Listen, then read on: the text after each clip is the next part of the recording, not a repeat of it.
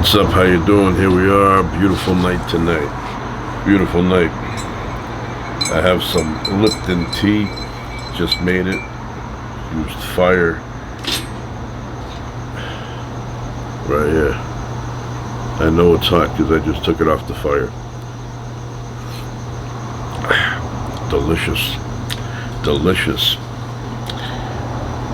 They need to make me a Lipton tea spokesman. Not on television. I go right in front here on the corner and start talking about it. I'm a big fan of it. So today I did a little painting around the house. It's late right now. 11:43 Friday night. So I did a little painting and I went out, I got some paint from Sherwin-Williams. I could have easily got it from Benjamin Moore. I appreciate the name Benjamin Moore a little bit more than Sherman. Sherman or Sherwin. It's Sherwin-Williams. Yeah. But they make great paint.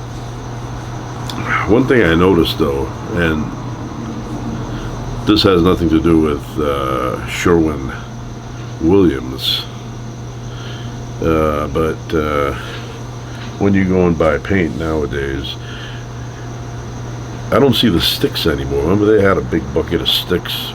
Well, they'd give you a couple. They'd say, here, go mix the paint. I mean, they mix it for you there, but if you don't use the paint immediately, like say a couple of weeks go by, you have to mix it again. And I remember in the old days, my father had a place near our neighborhood, and anytime he had to paint something around the house, he'd go down there, and family owned, so that guy knew everything about paint. It was him, the father, and then he had a son. And one time I did a double take. I was in there and had to get some paint. This is like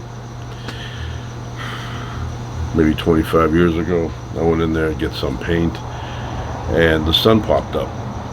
And I looked and I said, wait a minute, this guy looks like the father, but it's the son, but it was like a duplicate, only that, a lot younger. So anyway, I got the paint and gave me the couple sticks there, but they had a bucket in the front. You could take the sticks on your own. They trusted you to that point where they could say, here's the paint, and take some sticks to mix it with later. So I noticed now, I was in the hardware store. I did not get any from Sherwin-Williams. So I was at the hardware store and in the paint department. And I remember over there they had a big bucket where they had these sticks in there. They don't have them there anymore. So I said they might have run out. But that's not what happened. So I went up and down the aisles looking for other items, and then I found a packet of sticks that they now sell. They now sell these. They don't give them away for free anymore. And the wood, flimsier. The other wood was like of better quality. But put this in the gallon and then you spin it. I do 50 rotations. I've come to the conclusion that that's the proper amount. I don't know if that's true, but that's what I do. I do 50, and sometimes I do a little bit more than 50. Like I might do 100. Depends. So anyway, now they don't give them away for free. Now they charge you $3 for 10. I don't need 10, I need 1. But apparently people were abusing these sticks. They were taking too many at a time. And so somebody said, okay, we're going to charge them from now on. And they charge you now. They charge you, but they give you too many. One of them, maybe all of them, I don't know. Well, this one is like a ruler. It has measurements on it. Can't really see it, I don't know. That's kind of bright. But anyway, trust me, they're on there. So you get 10 of these apparently for a lifetime of painting. Because once you take the stick out and let it drip a little bit, put it aside, it dries out, you can use it the next time. Same stick.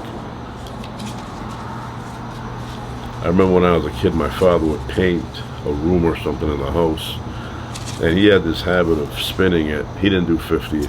That's my thing, 50. But he would do, a couple of dozen times, and then he would pull this out and let it drip down.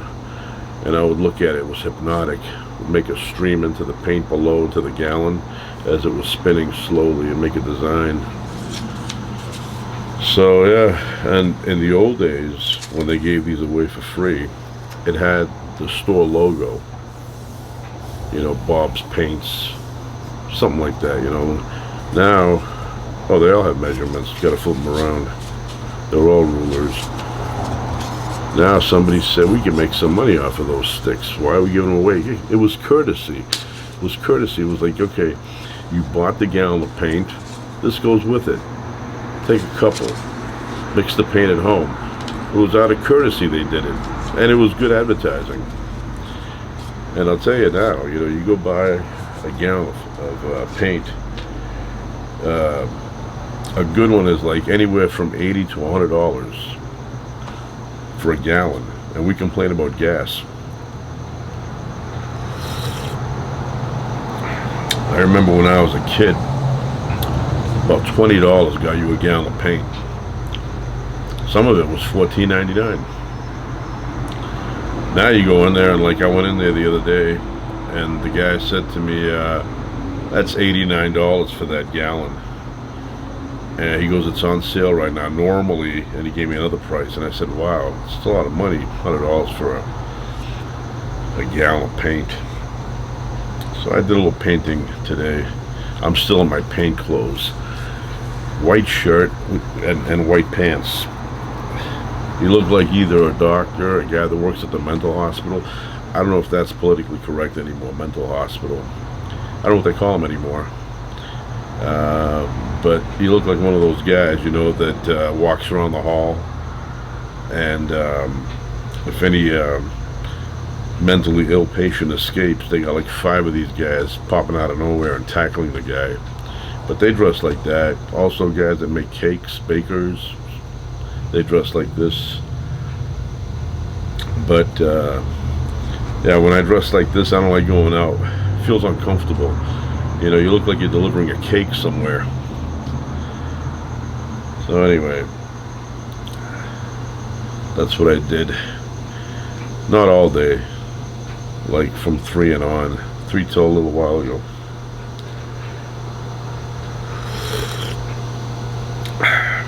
Bought some Gorilla adhesive, you know, that Gorilla glue with the caulk gun. Had a few places I needed to seal up concrete, so I used that. But yeah, now I just found it funny that they charge for these now. Where in the, maybe not all places, but the main places they charge. They heard that there's no such thing as a free lunch, and they go, wait a minute, these are free, get rid of them. It goes against the expression. Pine.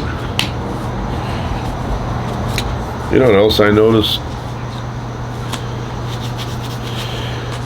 If you get a house that's, say, 100 years old, and you go down in the basement and look at the beams, the studs, right? You'll look at it and it looks like a really, really heavy duty piece of wood. 2x4s were actually 2x4. And they had a real roughness to them, you know, like you grabbed it and it felt heavy. The edges were sharp, had weight to it, you know. Nowadays, if you take a 2x4, which is not really a 2x4, it's like 1 3/4 by 3 3/4, right? It's no more 2x4s. They just call them that. But if you grab it, it's light. It feels softer, like they've put downy on it, nice and soft. So I don't know what happened to the trees over the past 100 years. They still call them pine, and they used to be pine back then too, but now it's a wimpy pine. Yeah, I don't know. You can't get those kind of 2x4s anymore. Yeah, it's like when you got a 2x4 back in like 1920, it was heavy duty. Felt like oak today. Now when you go and get a 2x4, it's different. You know, I know a few years ago I was taking something down, so I removed some 2x4s, They were old ones, and they were heavy. And I thought maybe it was just me thinking they were heavy. And then I went to the lumber yard and I grabbed the new ones, and I go, no, they were heavier back then.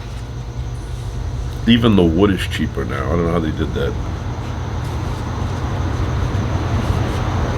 So, yeah, when I paint, I can't shut my brain off.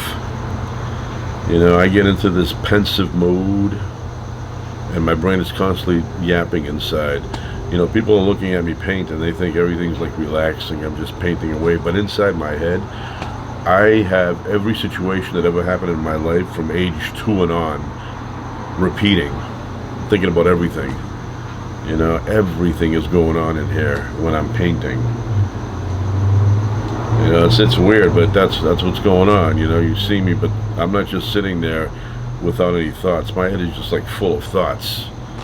I'm thinking of situations that happened in 5th grade. I'm thinking about conversations that have happened in high school, and on and on and on and on.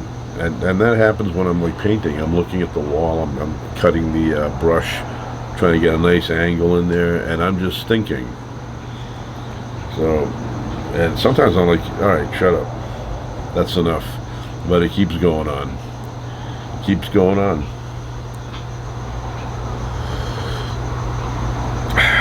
That is so good. I like these places. My bride, she will make a, I don't know what they call them, not appointment, but reservation. I was going to say rendezvous, but that's not it. I'm thinking of reservation. So she knows I like tea, and she will find places that have like tea time.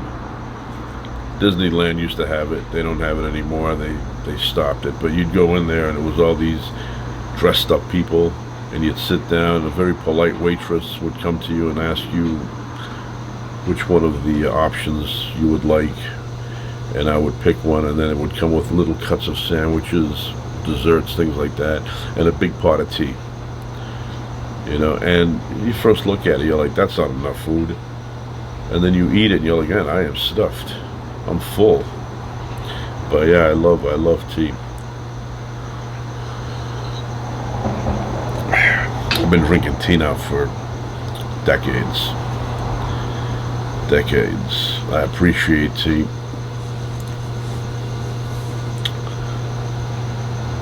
I had tea that same company that had tea on the Titanic. Not bad. Rich flavor.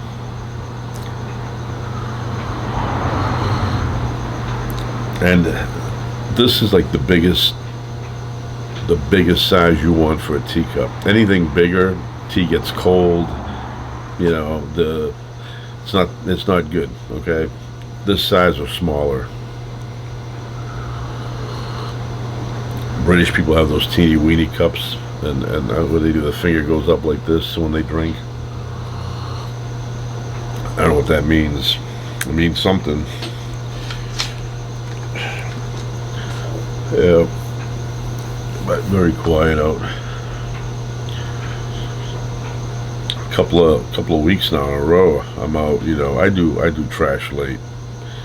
I know I should do it like at 6 p.m. or something, but I'm out here 2:30 in the morning taking out the trash.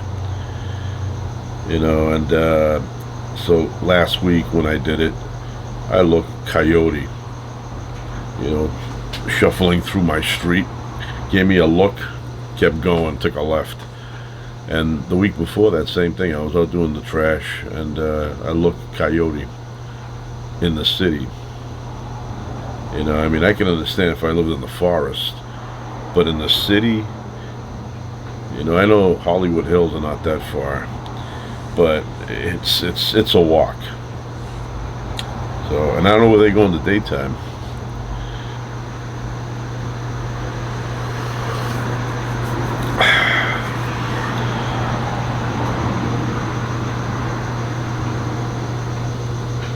Street lights. Some of them are like regular color, and some of them are yellow. I'm not a fan of the yellow. You know, for a while, yellow headlights were, becoming popular. Did not appreciate. I didn't like them. Did not appreciate them at all. Today I was driving, and somebody had yellow lights in the front. I don't know what the benefit is. Less glare. I don't know.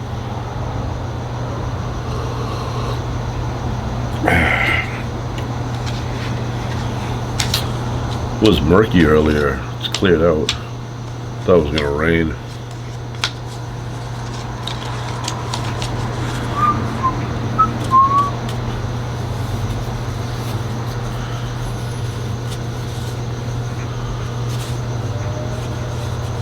Sometimes I go into the record store. The musical instrument store, and I'll buy drumsticks. I don't play the drums, but I just like drumsticks. Start,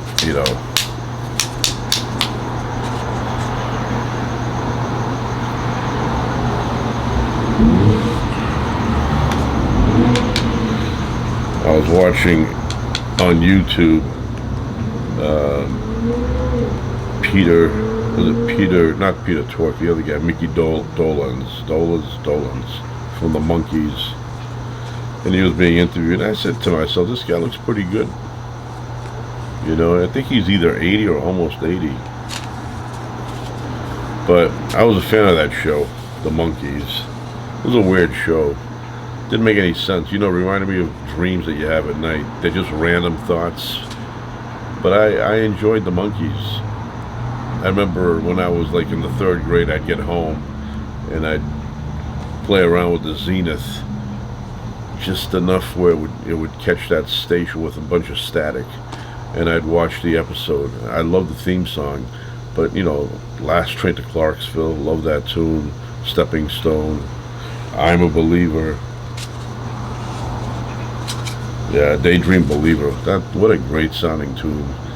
But yeah, I used to watch that. And then in 1986, the Monkees reunited, and I went and saw them on that tour. I went and saw them. Took my sisters, and we went, 3 of us. It was a great show. I remember they changed a bunch of times, and then they had a new song, a new single was a hit, kind of hit.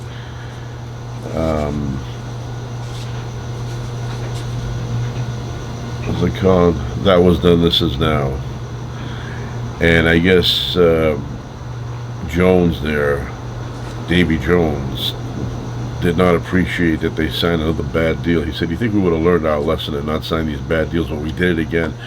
So they had an agreement that when Mickey and Peter, because there was no Mike Nesmith, did not join him on that tour, but when they would sing that song during the concert, he would walk off stage and kind of to show us that, yeah, I'm not part of that nonsense. But yeah, and that was 86, and here one of them is still left. And I thought, yeah, even then I thought, yeah, they were up there in age, but they really weren't that old back in 86. They're in their 40s or something. But I liked the Monkees. I had the greatest hits back then, and I would listen to them all the time. Loved their car. They had this car. I think it was like a Pontiac or something. Maybe I'm wrong, but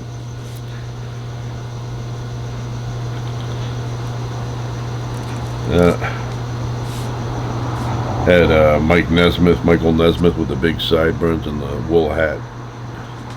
Peter Tork.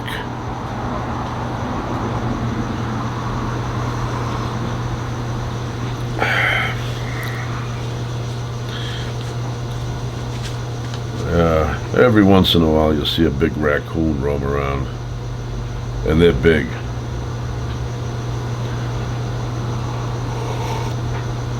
The house next to me right here, years ago, used to have a metal beam kind of like, sticking out from the corner there. And one time I looked up and there was a raccoon sitting, just looking around. He climbed the wall of the house next door and he got on that thing. And then another time, I was out here on the back, and a raccoon was out here with its baby raccoons. So yeah, big fan of the raccoons. They carry rabies, a lot of them. So you don't want to get bitten by that.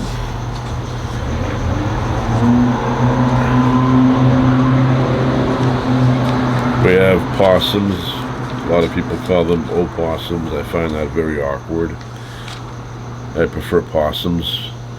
One time there were possums out here. 2 teeny weeny babies and a big mother. And she was carrying them around.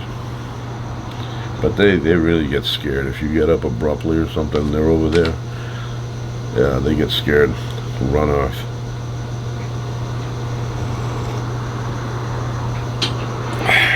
So tomorrow's the weekend. See what we do tomorrow. Eat some breakfast early in the morning. Eggs, toast, some coffee. Yeah, it's like we're constantly time traveling. Here we are again. It's nighttime. Just like yesterday and the day before and the day before and the day before. If you think about it, it's like we time travel, you know. No matter what, you know, you're sitting here, time is passing by at this speed. Could have been double as slow, you know, and you'd be here even longer. But, you know, you are traveling through time as we sit here. I do remember first grade, and I remember thinking, wow, we are a long way away from 2000. Like, they made 2000 seem like it was some kind of magical time. 2000, party over. But other than the 2YK, or the Y2K, sorry, 2YK, I don't know what that is. Yeah, the Y2K, nothing really happened. But yeah, I remember as a kid I was thinking, wow, that's a long way from now. That 2000, 70s passed, the 80s passed. I had a hard time when I turned 24. It's the only age where I felt like I was getting old. After that, never happened again. But I remember I felt like I was losing my baby years. I felt like, you know, this is it. This is it. Now I'm going into this weird, like, adult age now, 24. You know, I mean, up to 23 I was okay. And then I remember a few weeks before I turned 24, I kept thinking about it. I go, wow, I'm 24? That's crazy. And that was the only time that happened. When I turned 25, I felt good. I felt like 25 was a nice number. You know, 4 of those, you get to 100. But 24 gave me a hard time. I don't know why, but it did. But I remember being first grade, and the teacher, I sat next to the blackboard, and we had a manila notebook, and to practice your handwriting, she would get up on the blackboard next to me, and she would write the date, and then she would she would write, today is Monday, September 12th.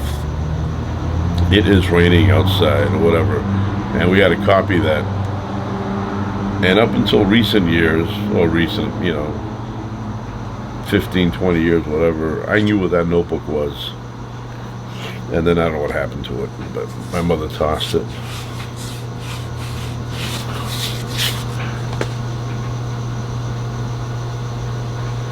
Yeah, the years, they go by, you don't even notice it. You don't even notice it.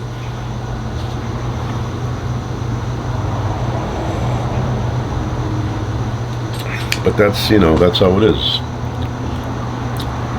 I find it, you know, like, especially the older you get, but I find it weird that you get up, it's Monday, and you go, okay, Monday, we got a full week. Before you know it, it's Tuesday, Wednesday, Thursday, then it's Friday again. And it just flies by. And, you know, you really go, okay, what's the big deal? But you are getting older in the process. But, yeah, the older you get, it just, like, flies by. I do remember being a kid and going to school, 2 o'clock seemed like a very long time. 2 o'clock, I was like, yeah, 2 o'clock. If they told you see me after school or for something, whatever, you'd be like, oh, by the time 2 o'clock comes, there's a lot of time left. You felt like you could read like 10 books in that period of time. And really, it's not. It's only 6 hours. It's not that much. But when you're younger, 2 o'clock from 8 o'clock, when you arrive at school, seems like a long way. And I never saw my teachers as being like, as that was their occupation. I thought that they were just teaching because they liked it. I didn't pay attention to they make their living, that's their job. It's a good job, but it's also a pain in the ass job. You get the summers off. Not all teachers, some of them work. But a lot of them, they take the summer off. They work 6 hours a day. And yes, got to correct tests and stuff like that. But if you've been doing it for a while, the repetition makes you fast. So, generally you probably give the same test every year. I had a history teacher in high school, and he memorized the entire year's lesson. He taught for like 40 years, right? And he would write out the entire lesson by hand and then make copies and pass it out at the end of the class. And you'd read it and you're like, wait a minute, this is word for word what he just said. So it was like he memorized the script. I didn't know who he was at first, but he had a lazy eye, so one eye would look like that way, and then the other eye would look like over there somewhere. So the first day I had him,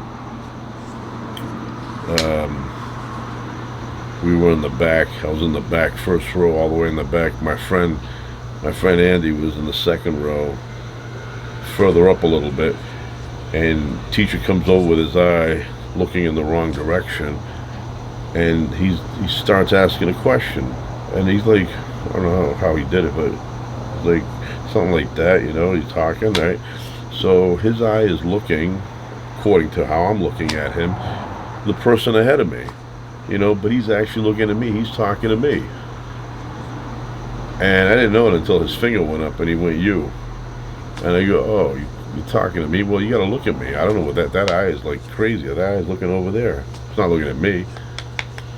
So my friend Andy could not stop laughing, because I told him later, I go, his eye was not looking at me. So I was looking right at him and his eye was looking somewhere else.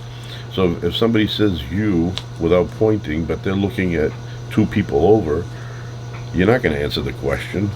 That would be ridiculous, because the way he's talking to you is by looking at his eyes.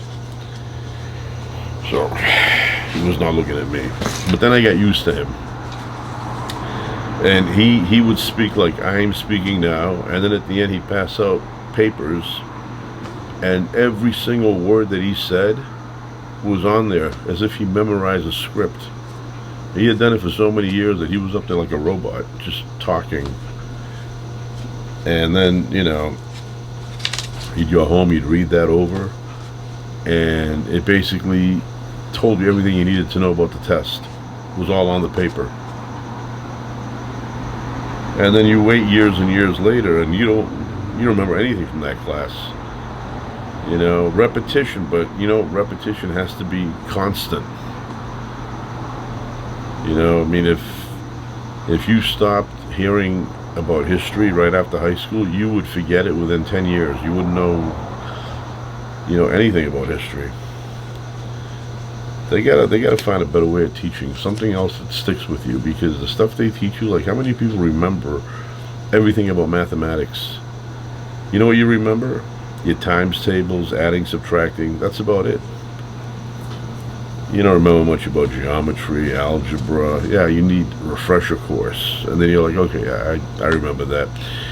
But if you were to take 100 people that graduated high school 30 years ago and gave them a test on algebra or geometry or trigonometry or calculus, whatever, they would get like maybe a 50. Maybe they would get an F plus, maybe. But yeah, you don't retain a lot of that stuff.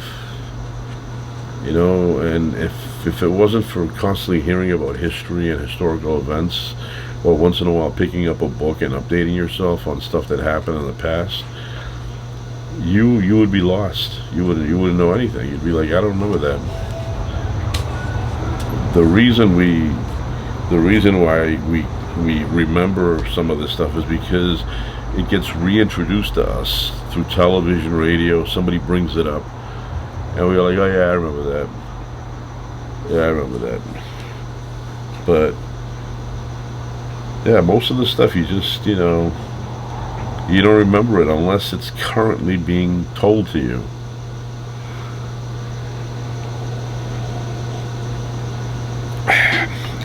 And I watch this channel on YouTube.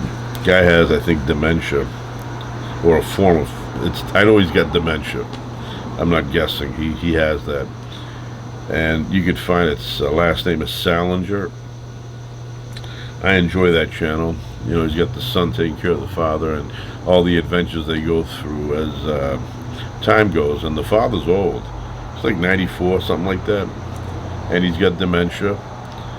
But one thing I don't understand about dementia is, how do you remember language?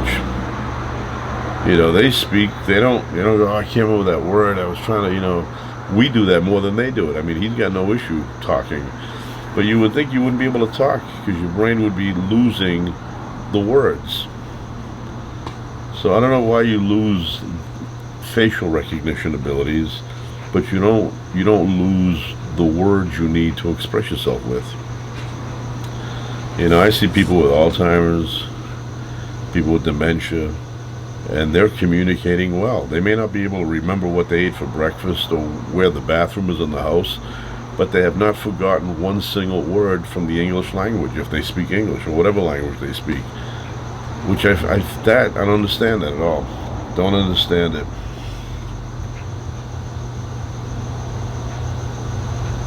Or, your brain keeps track of your hunger. How come they never forget that they're hungry? Like, if their memory is only good for like 10 minutes and then they forget, they should constantly keep forgetting that they're hungry or thirsty or anything like that. Or the sensation of wanting to go to the bathroom, they should be like, I don't know, I have this feeling, I don't know what it means though. But yeah, I watch Salinger, and his son has him at his house, and every time the guy wakes up, he thinks that he should be at his own house. He's like, where am I? He's like, you're at my house, Dad. And then he looks at, like, who are you? Are you my brother? He goes, no, I'm your son. Hence why I call you Dad. But very interesting channel. Very difficult job taking care of somebody with dementia.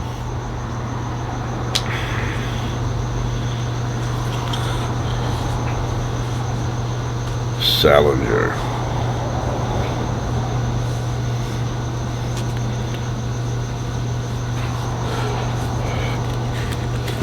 Yep. Thought it was gonna rain earlier, for real. Like, thought it was gonna be a heavy rain, but clouds moved in. It was nice and thick layer of clouds, and I think they moved out now, or it's just dark.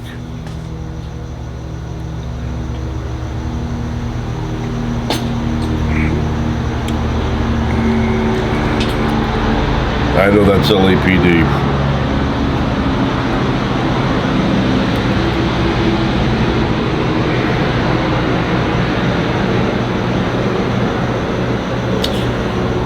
Yeah, it's Saturday. It's 12:16 or something.